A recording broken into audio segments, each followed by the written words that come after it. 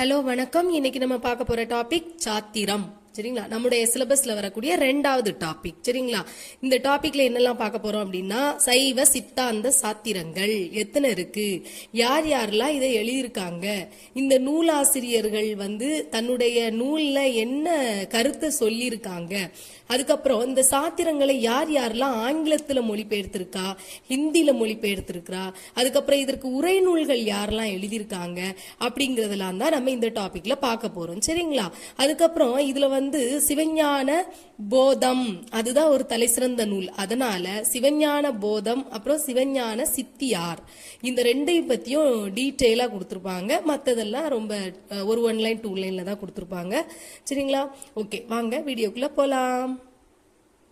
சாத்திரம், அதாவது நம்முடைய புக்ல பாத்தீங்கன்னா ஒரு 4 வரியில ஒரு பாடல் வரி கொடுத்திருப்பாங்க. சாத்திரங்கள் மொத்த 14 சாத்திரங்களுமே அந்த பாடல் வரியில அடங்குறதா இருக்கும். சரிங்களா? அந்த 14 வகையான சாத்திரங்களை மெய்கண்ட சாத்திரங்கள் அப்படின்னு சொல்லுவோம்.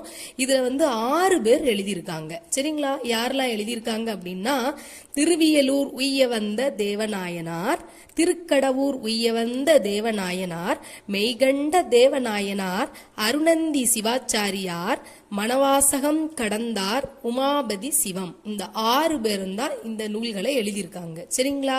இப்போ இந்த 14 சாத்திரங்கள் என்னெல்லாம் பார்த்துடலாமா? ஃபர்ஸ்ட் திருவுந்தியார். திருவுந்தியார் அது எழுதினவர் திருவியலூர் உய்யவந்த தேவநாயனார். உந்தியார் திருவியலூர், ஊக்கு இன எழுத்து வி அப்படின்னு ஞாபகம் வச்சுக்கலாமா? அடுத்து திருக்களிற்றுப்படியார், திருக்கடவூர், திருக்களிற்றுப்படியார், திருக்கடவூர் உய்யவந்த தேவநாயனார். சரிங்களா? அடுத்து சிவஞான போதம், மெய்கண்ட தேவநாயனார், சிவஞான சித்தியார், அருணந்தி சிவாச்சாரியார், 20 அருணந்தி சிவாச்சாரியார். இந்த 2 நூல்களுமே அருணந்தி சிவாச்சாரியார். அடுத்தது உண்மை விளக்கம், மணவாசகம் கடந்தார். அடுத்தது சிவப்பிரகாசம், திருவருட்பயன், வினாவெண்பா, போற்றி பகரொடை, கொடிக்கவி, நெஞ்சுவிடு தூது, உண்மை நெறி விளக்கம், சங்கர்ப்ப நிராகரணம். இந்த நூல்களத்தினை எழுதினவர் உமாபதி சிவம். சரிங்களா? மொத்தம் உமாபதி சிவம் 8 நூல்களை எழுதியிருப்பாரு. இந்த உமாபதி சிவம் ரொம்ப ரொம்ப முக்கியமானவர். இவர் இல்லாத கொஸ்டின் பேப்பரே இருக்காது. எல்லா கொஸ்டின்லயும் உமாபதி சிவம் பத்தி கேட்டிருப்பாங்க. சரிங்களா? ஓகே, இப்போ இந்த சாத்திரங்களை எழுதின நூலாசிரியர்கள் பத்தி கொஸ்டின்ஸ்ல கேட்பாங்க. அது ரொம்ப ரொம்ப முக்கியம். பொறுத்துகளை கொடுத்தும் கேட்பாங்க. சரிங்களா? ஓகே, இதுல ரொம்ப தலை சிறந்த நூல் அப்படின்னு சொல்றது சிவஞான போதம். அப்ப ஃபர்ஸ்ட் நம்ம சிவஞான போதம் பத்தி பார்க்க போறோம். சரிங்களா?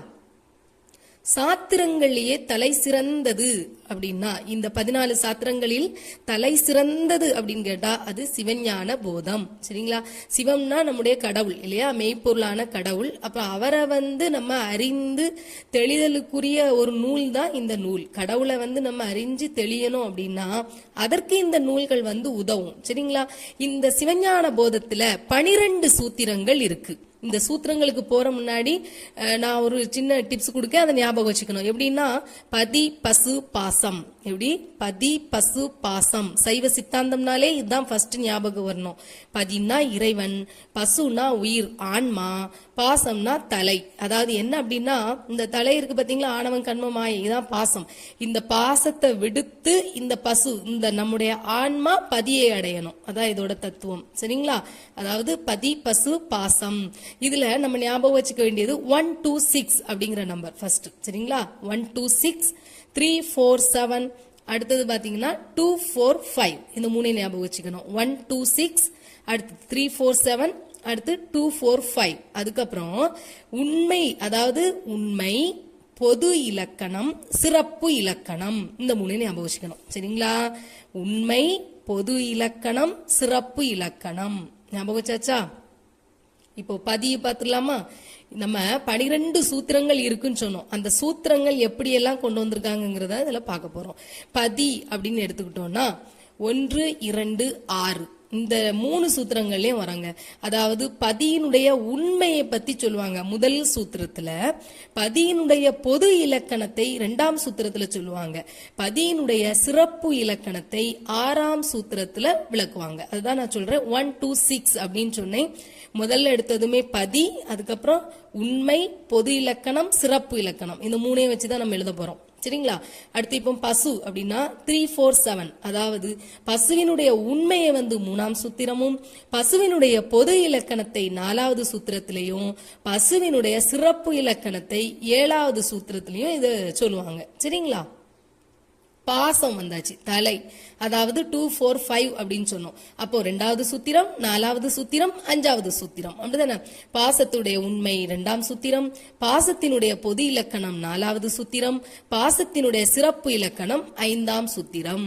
சரிங்களா. அடுத்தது ஞானத்தை உணரக்கூடிய முறை 8ஆம் சூத்திரம். 8ஆம் சூத்திரத்துல எதை பத்தி விளக்குவாங்க? ஞானத்தை.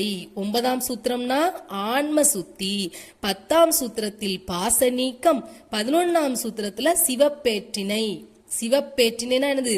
சிவனை அடையக்கூடிய தன்மை பாருங்க 12ஆம் சூத்திரத்துல வந்துரும். அதாவது அணைந்தோ தன்மை அப்படிங்கறத நமக்கு 12வது சூத்திரத்துல விளக்குவாங்க. சரிங்களா. அடுத்தது இப்போ சிவஞான போதத்தை அடிப்படையாக வச்சுதான் எல்லா சைவ சாத்திரங்களுமே என்ன பண்ணிருப்பாங்க, எழுதியிருப்பாங்க. அதை பேஸ் பண்ணி தான் மற்ற நூல்கள்லாம் எழுதியிருக்காங்க. சரிங்களா. இந்த சிவஞான போதத்திற்கு யாரெல்லாம் உரைநூல்கள் எழுதியிருக்க, என்னென்ன உரைநூல்கள்லாம் இருக்கு அப்படின்னா, பாண்டி பெருமாள் விருத்தி, சிவஞான போத சிற்றுரை, சிவஞான போத மாபாடியம், இதெல்லாம் என்னது? உரை நூல்கள். சிவஞான போதத்திற்கு உரை நூல்கள் இருக்கு. சரிங்களா. இதுல இந்த சிவஞான மாபாடியம் சொன்னோம் இல்லையா, அதை என்ன சொல்லுவோம்? திராவிட மகாபாடியம் அப்படின்னு சொல்லுவோம். இந்த சிவஞான மாபாடியத்தை யார் எழுதியிருக்கா அப்படின்னா, திருவாடுதுறை ஆதீனத்தை சார்ந்த மாதவ சிவஞான சுவாமிகள் எழுதியிருக்கார். சரிங்களா. இதெல்லாம் தான் இந்த சிவஞான போதத்துல வர்றது. என்னதெல்லாம்? பதி பசு பாசம், அதனுடைய சூத்திரங்கள் நம்ம வந்து உண்மை, பொது இலக்கணம், சிறப்பு இலக்கணம், அதை பேஸ் பண்ணி எழுதுவோம். 8 ஞானம், 9 ஆன்ம சுத்தி, 10 பாச நீக்கம், 11 சிவப்பேறு, 12 அணைந்தோர் தன்மை. முடிஞ்சாச்சா. அடுத்து யாரெல்லாம் என்ன உரைநூல்கள் இருக்கு, அதை யார் எழுதியிருக்கா அப்படிங்கறத பார்த்தாச்சு. சரிங்களா. இப்போ இந்த சிவஞான போதத்தை ஆங்கிலத்துல யார் மொழிபெயர்த்திருக்கா அப்படின்னா, ஹாய்சிங்டன், ஹார்டல் மாத்யூஸ், டேவிட் நவமணி நாடார், பையட் பாதிரியார், நல்லசாமி பிள்ளை, சிவபாத சுந்தரம், இந்த 6 பேரும் இதுக்கு என்ன பண்ணிருக்காங்க? ஆங்கிலத்தில மொழிபெயர்த்திருக்காங்க. அடுத்தது இதுல வந்து என்ன கொஸ்டின்லாம் கேட்பாங்க அப்படின்னா, ரொம்ப ரொம்ப முக்கியமான கொஸ்டின் அப்படின்னா, இந்த நூலாசிரியர் கேட்பாங்க, சிவஞான போதத்துல இந்த சூத்திரம் இருக்கு பாத்தீங்களா, அந்த சூத்திரத்துல ஆன்ம சுத்தி, பாச நீக்கம் எத்தனாவது சூத்திரத்துல வருதுங்கிறதும் கேட்டிருக்காங்க. சரிங்களா. ஓகே. நெக்ஸ்ட் சிவஞான சித்தியார். 2வது நூல் என்னது? சிவஞான சித்தியார். இப்ப இது எதுக்கு அடுத்து? சிவஞான போதம் பார்த்தாச்சு, அதுக்கு அடுத்துதான் சிவஞான சித்தி இல்லையா. இந்த சிவஞான போதத்தை தழுவிதான் என்ன பண்ணிருப்பாங்க, இந்த சிவஞான சித்திங்கிற நூல் எழுதியிருக்காங்க. இது ஒரு பெரிய நூல். சரிங்களா. இதை யார் எழுதியிருக்கான்னா, அருணந்தி சிவாச்சாரியார். சிவஞான சித்தினாலே அருணந்தி சிவாச்சாரியார். இவர் வந்து பார்த்தோம் அப்படின்னா மெய்கண்டார் இருப்பாரு, மெய்கண்டாருடைய மாணவராக தான் இருப்பார். சரிங்களா. அடுத்து இந்த சிவஞான சித்தி இருக்கு இல்லையா, அதற்கு வந்து உரை எழுதினவங்க யாரெல்லாம் அப்படின்னா, சிவஞான யோகியார், அதுக்கப்புறம் திருவாடுதுறை ஆதீனத்தை சார்ந்த ஸ்ரீலஸ்ரீ சுப்பிரமணிய தேசிகர். சரிங்களா. இவங்க வந்து நூல் எழுதியிருப்பாங்க. இந்த சிவஞான சித்திய 2ஆ பிரிக்கலாம். சுபபக்கம், பரபக்கம் அப்படின்னு 2 பிரிவா பிரிக்கலாம்.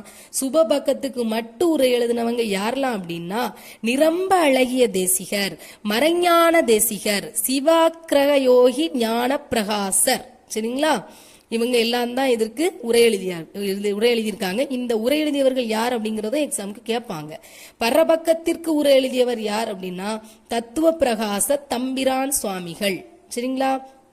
இதனை ஆங்கிலத்துல யாரெல்லாம் மொழிபெயர்த்திருக்காங்க, சிவஞான சித்திய ஆங்கிலத்துல மொழிபெயர்த்தவங்க யாரெல்லாம்னா, டாக்டர் கிராண்ட், நல்லசாமி பிள்ளை, சிவராமன். சரிங்களா. அப்புறம் ஹிந்தில யார் மொழிபெயர்த்திருக்காங்க அப்படின்னா, டிபி ஜெயின். நெக்ஸ்ட் வந்து பார்த்தோம் அப்படின்னா 20 அதாவது குரு இருப்பாரு, மாணவன் இருப்பாரு, 2 பேருக்கு இடையில உரையாடல் மூலமா சைவ சித்தாந்த கருத்துக்களை எல்லாம் சொல்லுவாங்க. அந்த நூல் தான் 20 குருவுக்கும் மாணவனுக்கும் உள்ளக்கூடிய அந்த உரையாடல் மூலமா சொல்லக்கூடிய சித்தாந்த கருத்துக்கள். சரிங்களா. திருவுந்தியார்ல முக்தி மார்க்கம் பத்தி நல்லா விளக்கி இருப்பாங்க.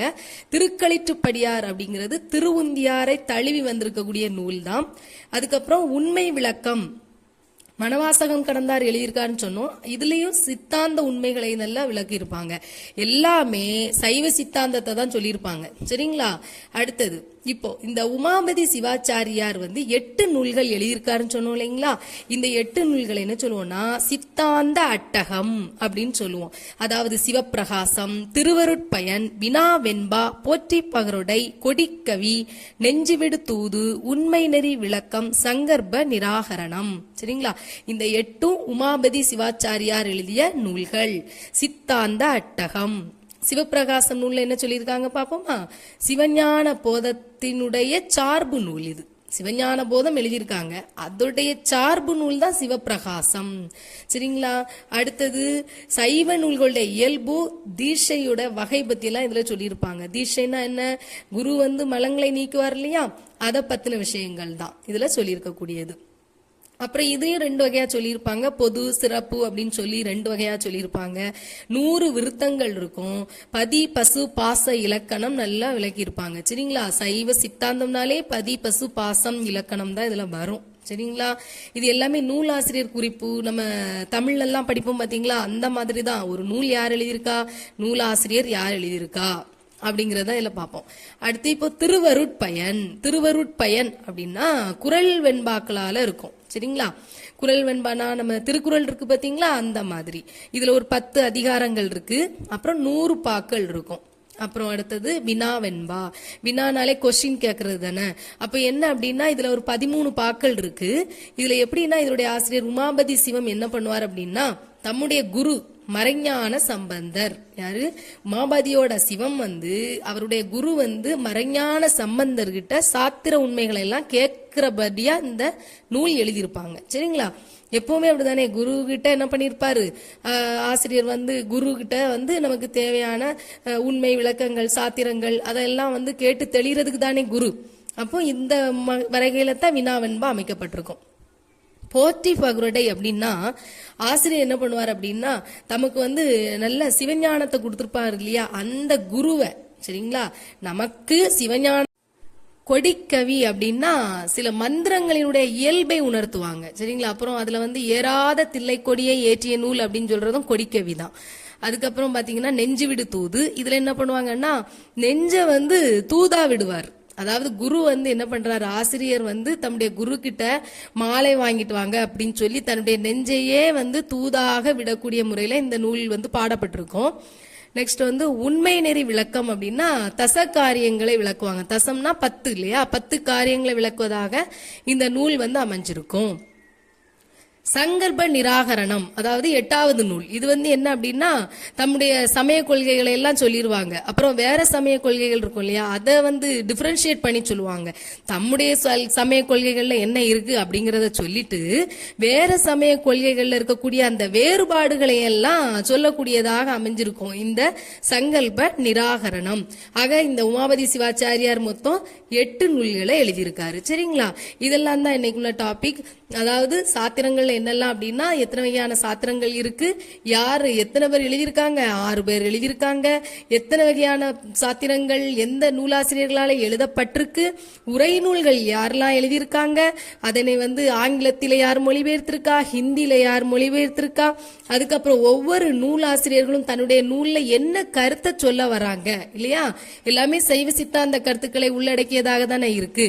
இதெல்லாம் தான் இந்த டாபிக்கோட கான்செப்ட். சரிங்களா? இன்னைக்கு இந்த வீடியோல நம்முடைய சிலபஸோட 2வது டாபிக் கம்ப்ளீட் ஆகுது. ஓகேவா?